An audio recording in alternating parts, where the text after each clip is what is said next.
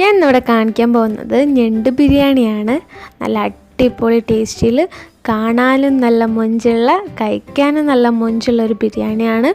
അപ്പോൾ അതിന് മുന്നേ നിങ്ങൾ ആദ്യമായിട്ടാണ് എൻ്റെ ചാനൽ കാണുന്നതെങ്കിൽ സബ്സ്ക്രൈബ് ചെയ്യാൻ മറക്കരുത്, ഇഷ്ടപ്പെട്ട ലൈക്ക് ചെയ്യാൻ മറക്കരുത്, നിങ്ങളുടെ അഭിപ്രായങ്ങൾ കമൻറ്റ് ബോക്സിൽ എഴുതാനും മറക്കരുത് കേട്ടോ. അപ്പോൾ എങ്ങനെ ഉണ്ടാക്കുന്നത് നോക്കാം. ഞാൻ ഈ ബിരിയാണി കുക്കറിലാണ് ഉണ്ടാക്കാൻ പോകുന്നത്. അപ്പോൾ ആദ്യം തന്നെ കുക്കർ നന്നായിട്ട് ചൂടാക്കിയതിന് ശേഷം അതിലോട്ട് ഒരു 4 ടേബിൾ സ്പൂൺ വെളിച്ചെണ്ണ ചേർത്ത് കൊടുക്കാം. വെളിച്ചെണ്ണയോ ഓയിലോ നിങ്ങളുടെ ഇഷ്ടം ചേർത്ത് കൊടുക്കാം. എന്നിട്ട് അത് അത്യാവശ്യം ചൂടായതിന് ശേഷം നമുക്ക് ആദ്യം തന്നെ വേണ്ടത് അണ്ടിപ്പരിപ്പ്, ഉണക്കമുന്തിരി, പിന്നെ കുറച്ച് ഉള്ളിയും, അത് ഒരു പിടി ഉള്ളി മതി. അപ്പോൾ അത് ആദ്യം നമുക്കൊന്ന് പൊരിച്ചെടുക്കാം. ആദ്യം നമുക്ക് അണ്ടിപ്പരിപ്പും മുന്തിരിയും ഇട്ടിട്ട് നന്നായിട്ട് ജസ്റ്റ് ബ്രൗൺ കളർ ആവുന്ന വരെ ഇട്ടിട്ട് പൊരിച്ചെടുക്കാം. ഇത് ജസ്റ്റ് ബ്രൗൺ കളറായി വറുത്ത് എടുത്തതിന് ശേഷം നമുക്ക് ഉള്ളി ഇട്ട് കൊടുക്കാം. ഉള്ളി നന്നായിട്ട് നല്ലൊരു ബ്രൗൺ കളർ ആവുന്ന വരെ നമുക്കിതിനെ അതിലിട്ട് നന്നായിട്ട് ഇളക്കി കൊടുക്കാം. അപ്പോൾ അത് ഏകദേശം ആയിട്ടുണ്ട്. എന്നിട്ട് ഇത് മാറ്റി വെക്കാം. ഇതിന് നമുക്ക് അവസാനമേ ആവശ്യമുള്ളൂ. നമ്മൾ ഈ ബാക്കി വന്ന വെളിച്ചെണ്ണയിലോ അല്ലെങ്കിൽ നിങ്ങൾ യൂസ് ചെയ്ത ഓയിലിലോ നമുക്ക് ഇനി നമ്മളെ മസാല ഉണ്ടാക്കാൻ നിൽക്കാം. ഇതിനായിട്ട് ഞാൻ 4 ഉള്ളിയാണ് എടുത്തത്. 4 ഉള്ളി നല്ല ചെറുതായിട്ട് അരിഞ്ഞത് നമുക്കിതിലോട്ട് ചേർത്ത് കൊടുക്കാം. ഒരു മീഡിയം സൈസിലുള്ള ഉള്ളി എടുത്താൽ മതി. അത് നന്നായിട്ട് ഇളക്കി കൊടുക്കാം. എന്നിട്ട് എന്താക്കാം, നമുക്ക് ആവശ്യത്തിന് ഉപ്പും ചേർത്ത് കൊടുക്കാം. ഞാനിവിടെ കല്ലുപ്പാണ് യൂസ് ചെയ്യുന്നത്. അപ്പോൾ നിങ്ങൾ നോക്കിയിട്ട് ചേർത്ത് കൊടുക്കാം. ഞാൻ 2 ടീസ്പൂണാണ് ഇപ്പോൾ ഇട്ട് കൊടുക്കുന്നത്. ഇനി നമുക്ക് ആവശ്യമുണ്ടെങ്കിൽ അവസാനത്തിലിടാം. അപ്പോൾ ഈ ഉള്ളിയിൽ ആദ്യം തന്നെ ഉപ്പിട്ട് കഴിഞ്ഞാൽ ഉള്ളി പെട്ടെന്ന് വഴന്ന് കിട്ടും. എല്ലാവർക്കും അറിയാൻ മതിയാവും, എന്നാലും അറിയാത്തവർക്കായിട്ടാണ് പറഞ്ഞത്. അടുത്തായിട്ട് നമുക്ക് വേണ്ടത് ഇഞ്ചി, വെളുത്തുള്ളി, പച്ചമുളക് അരച്ചതാണ്. ഒരു 10 അല്ലി വെളുത്തുള്ളിയും ഒരു 2 സെൻറ്റിമീറ്റർ നീളത്തിലുള്ള ഇഞ്ചി കഷ്ണവും ഒരു 4 പച്ചമുളകാണ് ഞാൻ എടുത്തത്. അത് നന്നായിട്ട് ചതയ്ക്കുകയോ അല്ലെങ്കിൽ മിക്സിയിലിട്ട് അരയ്ക്കുകയോ ചെയ്യുക. എന്നിട്ട് നമുക്ക് ഇതിലേക്ക് ഇട്ടിട്ട് നന്നായിട്ട് വഴറ്റി കൊടുക്കാം. ഇതിൻ്റെ ആ ഒരു പച്ച സ്മെല്ല് പോകുന്നവരെ ഇളക്കി കൊടുക്കാം. ഇനി നമുക്ക് വേണ്ട തക്കാളിയാണ്. ഞാനിവിടെ 2 തക്കാളിയാണ്, ഒരു ചെറിയ സൈസ് 2 തക്കാളിയാണ് എടുത്തത്. അത് നമുക്ക് ചെറുതാക്കി അരിഞ്ഞിട്ട് ചേർത്ത് കൊടുക്കാം. തക്കാളി ഒന്ന് ഇളക്കി കൊടുത്തതിന് ശേഷം നമുക്ക് മൂടി വെച്ച് വേവിക്കാം. ഒരു മിനിറ്റ് അല്ലെങ്കിൽ 1.5 മിനിറ്റ് മൂടി വെച്ചാൽ മതി. എന്നിട്ട് ഇനി നമുക്ക് അടുത്തത് വേണ്ടത് മല്ലിച്ചപ്പും കറിവേപ്പിലയും ഒരു പിടി, അത് നമുക്ക് ചേർത്ത് കൊടുക്കാം. എന്നിട്ട് നന്നായിട്ട് ഇളക്കി കൊടുക്കാം.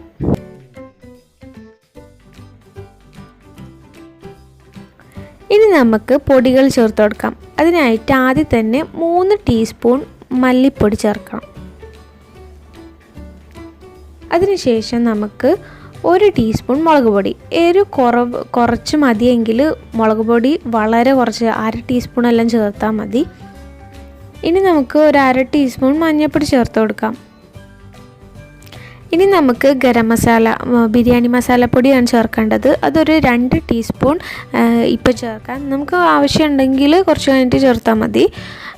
ഇനി നമുക്ക് വേണ്ടത് വലിയ ജീരകത്തിൻ്റെ പൊടിയാണ്. അതൊരു 1/2 ടീസ്പൂൺ മതി. അടുത്തതായിട്ട് നമുക്ക് വേണ്ടത് കുരുമുളക് പൊടിയാണ്.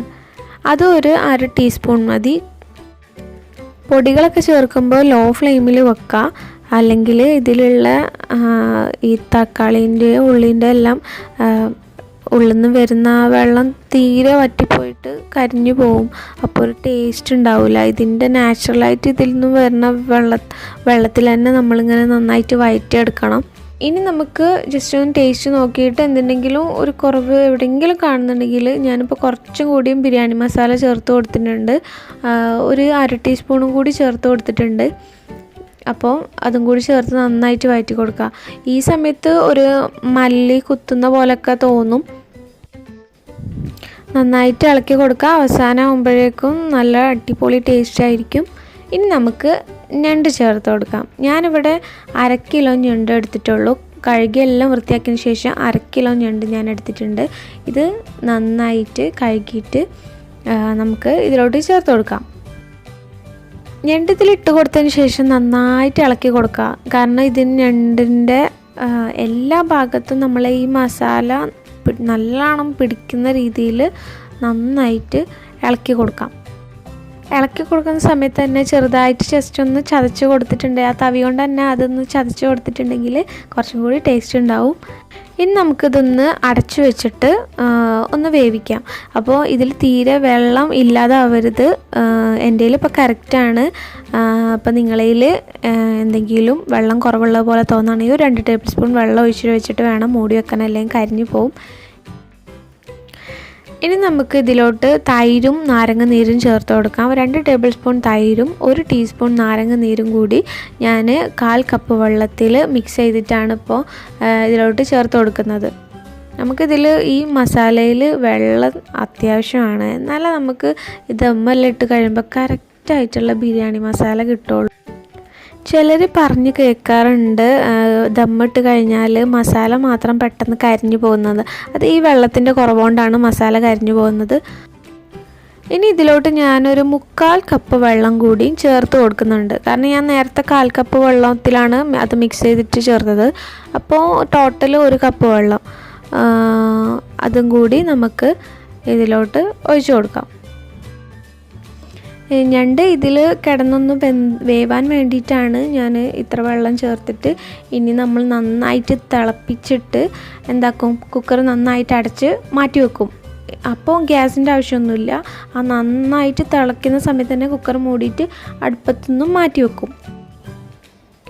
അപ്പോൾ ഇങ്ങനെ ആയിട്ടുണ്ടാവും, കുറച്ച് വെള്ളം ഉണ്ടാവും. ഇനി നമ്മൾ മാറ്റി വെച്ച് കഴിഞ്ഞാൽ കറക്റ്റ് പെർഫെക്റ്റ് ആവും.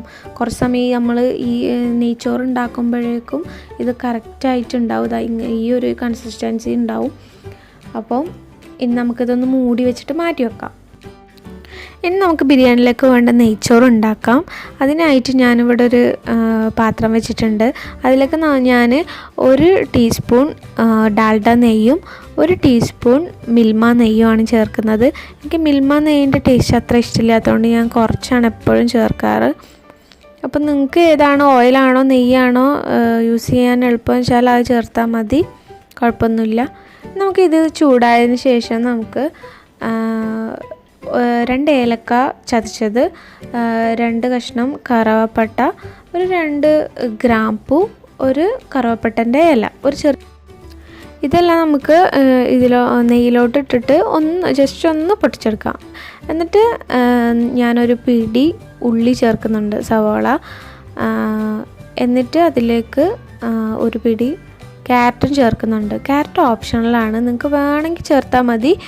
ക്യാരറ്റ് ചേർത്താൽ ടേസ്റ്റ് കൂടുമെന്നല്ലാതെ ടേസ്റ്റ് കുറയില്ല.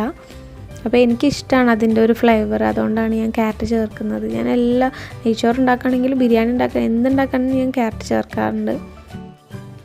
ഇത് ഒരുപാട് നേരം ഒന്നും വഴറ്റണ്ട, ജസ്റ്റ് ഒന്ന് വഴറ്റിയാൽ മതി. എന്നിട്ട് നമുക്ക് ആവശ്യമായിട്ടുള്ള വെള്ളം ചേർത്ത് കൊടുക്കാം. ഞാനിപ്പോൾ ഇവിടെ 250 ഗ്രാമിൻ്റെ 2 കപ്പ് അരിയാണ് എടുത്ത് വെച്ചിരിക്കുന്നത്. അതിനായിട്ട് ഞാൻ 3/4 കപ്പ് വെള്ളം ഞാൻ യൂസ് ചെയ്യുന്നുണ്ട്. അപ്പോൾ ഒരു 1/4 കപ്പ് മാത്രം കുറച്ചാൽ മതി, അത്രയും ഞാൻ യൂസ് ചെയ്യുന്നുണ്ട്. അപ്പോൾ ഇത് ചേർത്തിട്ട് വെള്ളം ചേർത്തിട്ട് ആവശ്യത്തിന് ഉപ്പും ഇട്ടിട്ട് നമുക്ക് ഇത് മൂടി വെക്കാം. വെള്ളം തിളച്ച് വരുന്നവരെ മൂടി വെക്കാം. അപ്പോൾ ഇത് മൂടി വെച്ചതിന് ശേഷം ഇനി ഞാൻ ചെയ്യുന്നത് എന്താണെന്ന് വെച്ചാൽ, ഞാൻ ഈ നെയ്ച്ചോറിൻ്റെ അരി നന്നായിട്ട് കഴുകിയിട്ട് ഒരു പാത്രത്തിൽ പുതിർത്തി വെക്കും. ഒരുപാട് നേരമൊന്നും വേണ്ടല്ലോ, ഇത് തിളയ്ക്കുന്നവരെ മാത്രം ജസ്റ്റ് വെള്ളം ഒഴിച്ച് മൂടി വെച്ചതിന് ശേഷം ആ വെള്ളം തിളയ്ക്കുന്ന സമയം കൊണ്ട് ഞാൻ ഈ അരി പുതിർത്തി വെക്കാറാണ്. അപ്പോൾ എനിക്ക് എന്തോ പെർഫെക്റ്റ് ആയിട്ടുള്ള നെയ്ച്ചോറ് കിട്ടാറുണ്ട് എപ്പോഴും. അപ്പം ഞാനിങ്ങനെയാണ് ചെയ്യാറ്. അപ്പോൾ നമ്മുടെ വെള്ളം തിളച്ച് വന്നു. ഇതിലേക്ക് നമുക്ക് 1 ടേബിൾ സ്പൂൺ നാരങ്ങ നീര് ചേർത്ത് കൊടുക്കാം. അതിൻ്റെ കുരുവൊന്നും ചേർക്കാണ്ട് നമ്മൾ നീര് മാത്രം ചേർത്ത് കൊടുക്കാം. ഈ നാരങ്ങ നീര് ചേർക്കുമ്പോൾ നമുക്ക് ഈ നെയ്ച്ചോറ് കട്ട പിടിക്കാണ്ട് നന്നായിട്ട് വേറിട്ട് കിട്ടും. എന്നിട്ട് നമുക്ക് ഈ അരി ചേർത്ത് കൊടുക്കാം. അരി ചേർത്ത് കൊടുത്തതിന് ശേഷം നന്നായിട്ട് ഇളക്കാം. എന്നിട്ട് നമുക്ക് ഉപ്പുണ്ടോ എന്ന് കറക്റ്റ് നോക്കാം. എന്നിട്ട് ഉപ്പ് കണക്കാണെങ്കിൽ ഒരല്പം കൂടി ചേർത്ത് കൊടുക്കാം. കുറച്ചൊന്ന് മുൻതൂക്കം നിന്നോട്ടെ. അപ്പോൾ നമ്മൾ ഈ നെയ്ച്ചോറായി വരുന്ന സമയത്ത് പെർഫെക്റ്റ് ആയിട്ടുള്ള ഉപ്പായിരിക്കും. അപ്പോൾ നമ്മൾ ഇടയ്ക്കിടയ്ക്ക് ഇതൊന്ന് ഓപ്പൺ ചെയ്തിട്ട് ഒന്ന് ജസ്റ്റ് ഒന്ന് ഇളക്കി കൊടുക്കുക, എന്നിട്ട് വെക്കുക. അങ്ങനെ ഞാനൊരു 2 പ്രാവശ്യം ഇതിനിടയ്ക്ക് ഓപ്പൺ ചെയ്തിട്ട് ഇളക്കി കൊടുക്കും. അപ്പോൾ എനിക്ക് നന്നായിട്ട് കിട്ടാറുണ്ട്. അപ്പോൾ ദാ നമ്മുടെ നല്ല നെയ്ച്ചോറ് റെഡി ആയിട്ടുണ്ട്. ബിരിയാണിയിലേക്ക് വേണ്ട നെയ്ച്ചോറ് റെഡി ആയിട്ടുണ്ട്. അത് നിങ്ങൾക്ക് കാണുമ്പോൾ തന്നെ മനസ്സിലാവും, അത്ര പെർഫെക്റ്റായിട്ട് കിട്ടിയിട്ടുണ്ട്. ഇതാ ഇപ്പോൾ ഞാൻ നേരത്തെ മൂടി വെച്ച് നമ്മുടെ മസാല എടുത്തപ്പോൾ അതാ കറക്റ്റായിട്ട് ഇത്ര വെള്ളം നമുക്ക് ഇതിലോട്ട് വേണം, എന്നാലേ ആ മസാല കരിയാണ്ട് നമുക്ക് ദമ്മ് ചെയ്ത് കിട്ടുള്ളൂ. ഇനി നമുക്ക് ഈ നെയ്ച്ചോറിൻ്റെ പകുതി ഭാഗം ഇതിൻ്റെ മേലെ തട്ടായിട്ട് വെച്ച് കൊടുക്കാം. ഞാനിവിടെ 1 ടേബിൾ സ്പൂൺ ഓയിൽ കുക്കറിൻ്റെ സൈഡിൽ മൊത്തം ആക്കി കൊടുത്തിട്ടുണ്ട്. 1/2 ടീസ്പൂൺ നെയ്ച്ചോറിൽ ഒഴിച്ച് കൊടുത്തിട്ടുണ്ട്. ഇനി നമുക്ക് നേരത്തെ എടുത്തു വെച്ച ഉള്ളിയും പിന്നെ അണ്ടിപ്പരിപ്പും മുന്തിരിയും അതിൽ പകുതി എടുത്തിട്ട് അതിലൊന്ന് വിതറി കൊടുക്കാം. എന്നിട്ട് ബിരിയാണി മസാല 1/4 ടീസ്പൂൺ ജസ്റ്റ് ഒന്ന് വിതറി കൊടുക്കാം. എന്നിട്ട് നമുക്ക് ബാക്കിയുള്ള ചോറും കൂടെ അതിൻ്റെ മേലെ തട്ടായിട്ട് വെച്ച് കൊടുക്കാം. അതിനുശേഷം നമ്മളെ ബിരിയാണി മസാല, ഗരം മസാല 1/4 ടീസ്പൂൺ ജസ്റ്റ് ഒന്ന് വിതറി കൊടുത്തതിന് ശേഷം നമുക്ക് അതിലോട്ട് 1 ടേബിൾ സ്പൂൺ ഓയിൽ ആ കുക്കറിൻ്റെ സൈഡിൽ മൊത്തം ഇങ്ങനെ ആക്കി കൊടുക്കാം. എന്നിട്ട് 1/2 ടീസ്പൂൺ മിൽമ നെയ്യും ഞാനിപ്പോൾ ചേർത്ത് കൊടുക്കുന്നുണ്ട്. ആ നെയ്ച്ചോറിൻ്റെ മുകളിൽ ജസ്റ്റ് ഒന്ന് ഒഴിച്ചു കൊടുക്കാം. എന്നിട്ട് നമ്മൾ ആ ബാക്കിയുള്ള ഉള്ളിയും അണ്ടിപ്പരിപ്പും മുന്തിരിയും നമുക്ക് ജസ്റ്റ് ഒന്ന് ഇട്ട് കൊടുത്തിട്ട് ഒരു പിടി കറിവേപ്പിലയും മല്ലിച്ചപ്പും ജസ്റ്റ് ഒന്ന് അതിൻ്റെ മേലെ വിതറി കൊടുത്തിട്ട് നമുക്ക് ദമ്മിടാൻ വെക്കാം. ഇനി നമുക്ക് ഈ കുക്കറിൻ്റെ മുകളിൽ ആ വിസിലിൻ്റെ ആ സാധനം വെച്ച് കൊടുക്കാം. എന്നിട്ട് ഏറ്റവും ലോ ഫ്ലെയിമിൽ നമുക്ക് അടുപ്പത്ത് വെക്കാം. ഏറ്റവും ലോ ഫ്ലെയിമിൽ വെച്ചില്ലെങ്കിൽ നമ്മുടെ മസാല കരിഞ്ഞു പോകാൻ ചാൻസ് ഉണ്ട്. അപ്പോൾ അത് ശ്രദ്ധിക്കുക. എന്നിട്ട് ഈ വിസിൽ നമ്മളെല്ലാം കുക്കറിൽ വെക്കുമ്പോൾ വിസിൽ വരാനാവുന്ന സമയത്തൊരു സൗണ്ട് വരില്ലേ, ആ സമയത്ത് നമ്മുടെ എന്താക്കുക, ഓഫ് ചെയ്തിട്ട് ഒരു 10 മിനിറ്റ് അങ്ങനെ തന്നെ വെക്കാം. അപ്പം നമ്മുടെ നല്ല ടേസ്റ്റി ആയിട്ടുള്ള ഞണ്ട് ദം ബിരിയാണി റെഡി ആയിട്ടുണ്ടാവും.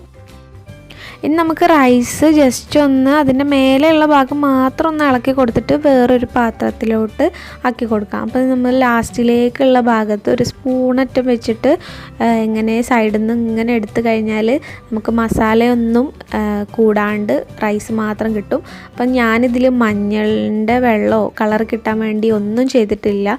ഈ മസാലയുടെ ഈ കളർ തന്നെ നമ്മൾ ആ റൈസ് മിക്സ് ചെയ്യുന്ന സമയത്ത് നമുക്ക് കിട്ടും. അപ്പം നല്ല ടേസ്റ്റുള്ള ബിരിയാണിയാണ്. എന്താണ് ഞണ്ടിൻ്റെ ആ മൊത്തം ഫ്ലേവർ നമുക്ക് ഈ ബിരിയാണിയിൽ കിട്ടിയിട്ടുണ്ട്. നല്ല അടിപൊളി ബിരിയാണി. അപ്പോൾ എല്ലാവർക്കും ഒന്ന് ട്രൈ ചെയ്ത് നോക്കാൻ പറ്റിയൊരു സംഭവം തന്നെയാണ്. അപ്പം എല്ലാ ഗസ്റ്റ് വരുമ്പോൾ എല്ലാവർക്കും സ്പെഷ്യലായിട്ട് ഉണ്ടാക്കി കൊടുക്കാൻ പറ്റുന്നതും എല്ലാവർക്കും പണി കൊടുക്കാൻ പറ്റുന്നതുമായിട്ടുള്ളൊരു ബിരിയാണിയാണ്. കാരണം ഈ ഞണ്ട് തിന്നാൻ ഇത്ര കഷ്ടപ്പാടുണ്ടല്ലോ. അപ്പോൾ നല്ല ടേസ്റ്റുള്ള ബിരിയാണി ആയിരുന്നു. എല്ലാവരും ഒന്ന് ട്രൈ ചെയ്ത് നോക്കാം.